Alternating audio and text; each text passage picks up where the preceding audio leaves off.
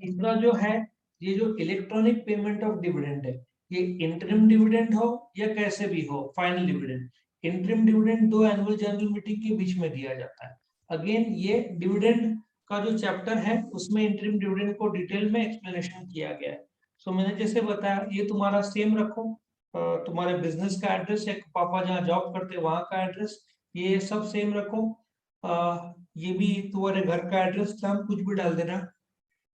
Payment of interim dividend through electronic ECS बोलते हैं, electronic clearing services, direct credit, NEFT. अभी आजकल ऐसे ही होता है, तुमको ईमेल आ जाता है, ठीक है।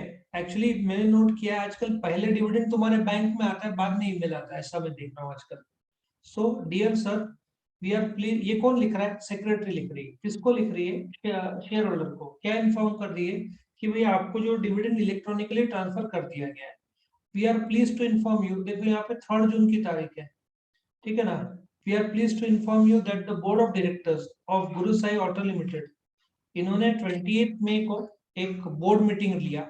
अच्छा, interim dividend annual general meeting में नहीं डिक्लेयर होता है, बोर्ड ऑफ डायरेक्टर मीटिंग में ही, बोर्ड मीटिंग में ही रिकमेंड होता है, बोर्ड मीटिंग में ही डिक्लेयर होता है। इंटरिम डिविडेंड का शेयर होल्डर से पूछने की कोई जरूरत नहीं पड़ती, ठीक है ना।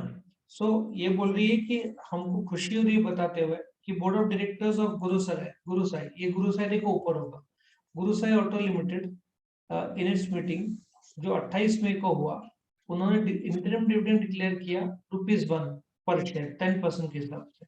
जो 10 रुपए का शेयर था, 10% मतलब ₹1। So as per the instruction given, इधर इन पर्सन और थ्रू डीपी, जब तुम अकाउंट खोलते हो, डिपॉजिटरी पार्टिसिपेंट मतलब ब्रोकर रहता है, जैसे मोतीलाल ओसवाल है, एंजल ब्रोकिंग है, जीरोधा है, इनके पास जब अकाउंट खोलते हो तुमको एक क्रॉस चेक देना पड़ता है, जिसमें उसमें आईएफएससी कोड सब आ जाता है। सो डायरेक्टली उस चेक की वजह से जिसमें तुमने आईएफएससी कोड दिया है, we have remitted the amount of aforesaid interim dividend to your banker for crediting your bank account. Dividend will be payable by electronic transfer.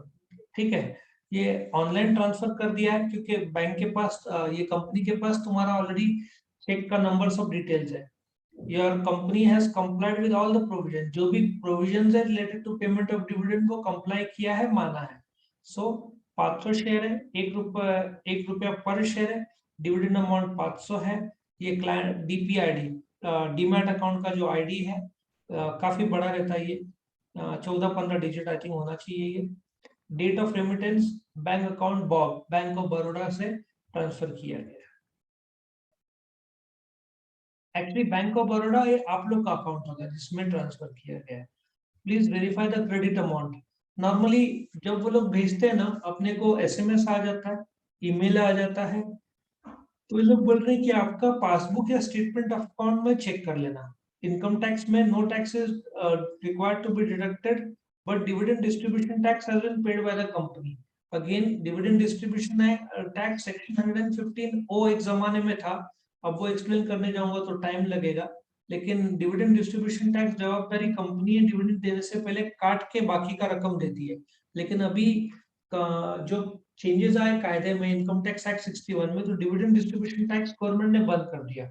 अभी शेयर होल्डर को जो कमाई में डिविडेंड पे करना पड़ता है, डिविडेंड डिस्ट्रीब्यूशन टैक्स फिलहाल नहीं है। लेकिन 2019 जब ये लोग लिख रहे हैं तभी आई थिंक था। सो तुमको लेटर एज इट इज रखो कि कंपनी ने डिविडेंड डिस्ट्रीब्यूशन टैक्स काट लिया है और बाकी का रकम भेजा है। एक्चुअली सच तो ये बात है कि ये लेटर ही गलत है। क्यों? क्योंकि कायदा ये था कि 500 में से करीबन 15% काट के 425 देना होता था। लेकिन इन्होंने 500 डिविडेंड डिक्लेयर किया और 500, कंपनी खुद की जेब से डिविडेंड डिस्ट्रीब्यूशन टैक्स नहीं काट देती है। जो तुम्हारा कमाई है 500 रुपए, इसमें से 15% के आसपास कट के बाकी का रकम तुमको आना चाहिए।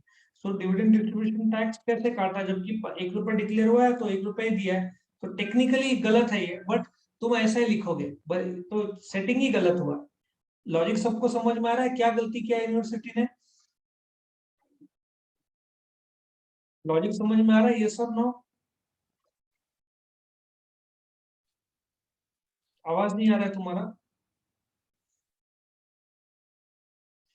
ठीक है। सो योर्स फेथफुली, यहाँ पे सेक्रेटरी का नाम और सिग्नेचर और इलेक्ट्रॉनिक फॉर्म खत्म होता है।